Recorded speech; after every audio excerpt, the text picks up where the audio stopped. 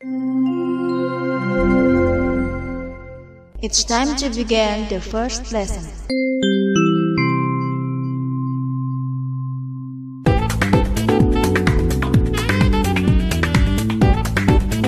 Assalamualaikum warahmatullahi wabarakatuh.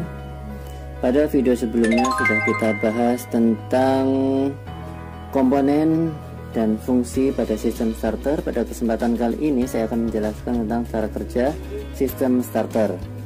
Untuk lebih mudah memahami cara kerja sistem starter akan saya bagi menjadi 3 bagian. Yang pertama, pada saat kunci kontak pada posisi ST.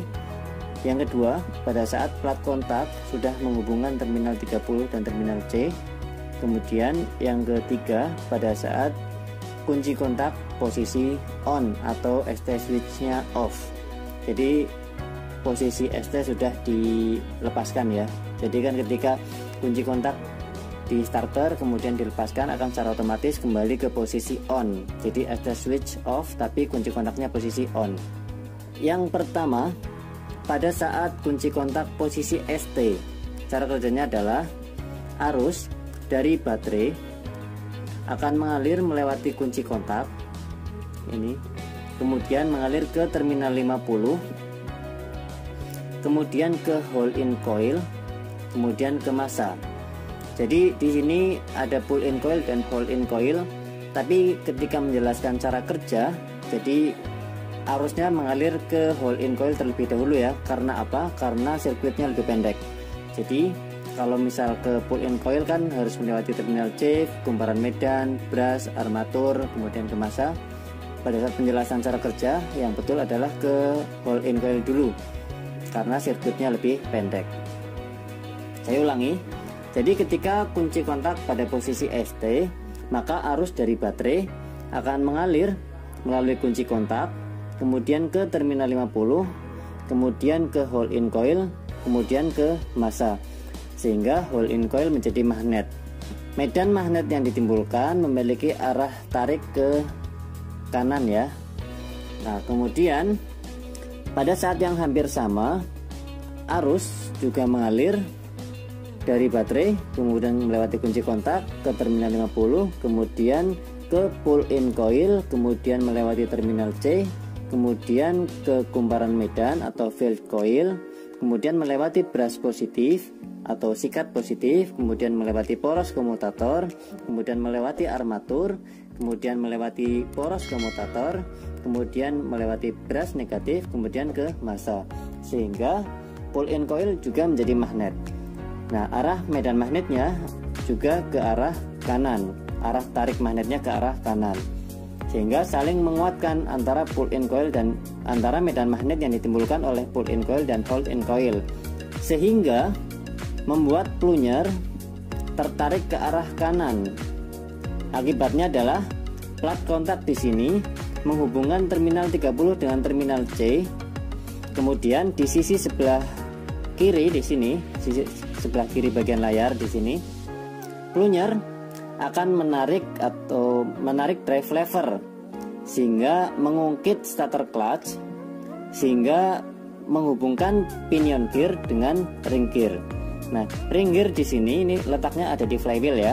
Untuk pinion gear di sini ada di ujung starter clutch. Saya ulangi. Medan magnet yang ditimbulkan oleh hold-in coil dan pull-in coil saling menguatkan sehingga akan menarik plunyer ke arah kanan. Akibatnya adalah plat kontak di sebelah kanan sini menghubungkan terminal 30 dan terminal C, sementara di bagian kiri plunyer akan menarik drive lever sehingga mengungkit starter clutch atau coupling starter, sehingga pinion gear bisa berhubungan dengan ring gear. Yang kedua, ini adalah cara kerja yang kedua. Ini adalah gambar wiringnya. Ketika plat kontak sudah menghubungkan terminal 30 dan C, atau ring gear atau pinion gear sudah berhubungan dengan ring gear. Cara kerjanya adalah jika plat kontak sudah menghubungkan terminal 30 dan terminal C dan ring pinion gear sudah berhubungan dengan ring gear, maka arus dari baterai akan mengalir ke kunci kontak, kemudian melewati terminal 50, kemudian ke hole in coil, kemudian ke massa. Sehingga hole in coil pada saat ini masih tetap memiliki medan magnet.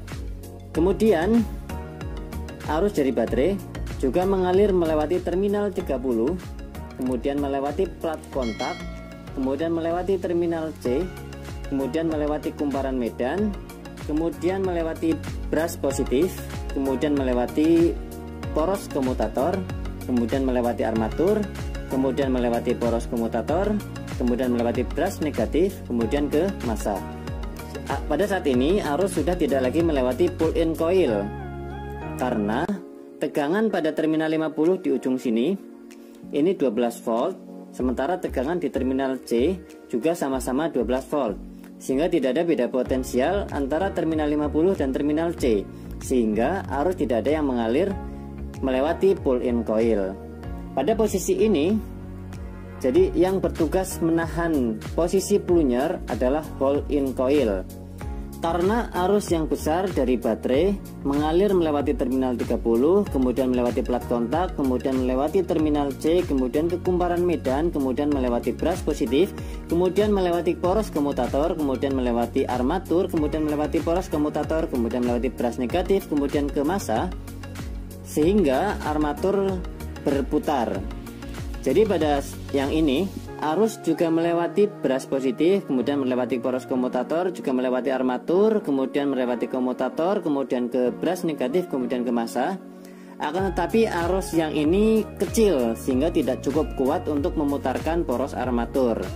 Nah, pada saat ini arus yang melewati terminal 30 dan melewati plat kontak itu adalah arus yang besar, sehingga medan magnet yang ditimbulkan oleh kumparan medan dan juga ditimbulkan oleh poros armatur di sini sudah cukup kuat untuk membuat armatur berputar dan untuk memutarkan flywheel.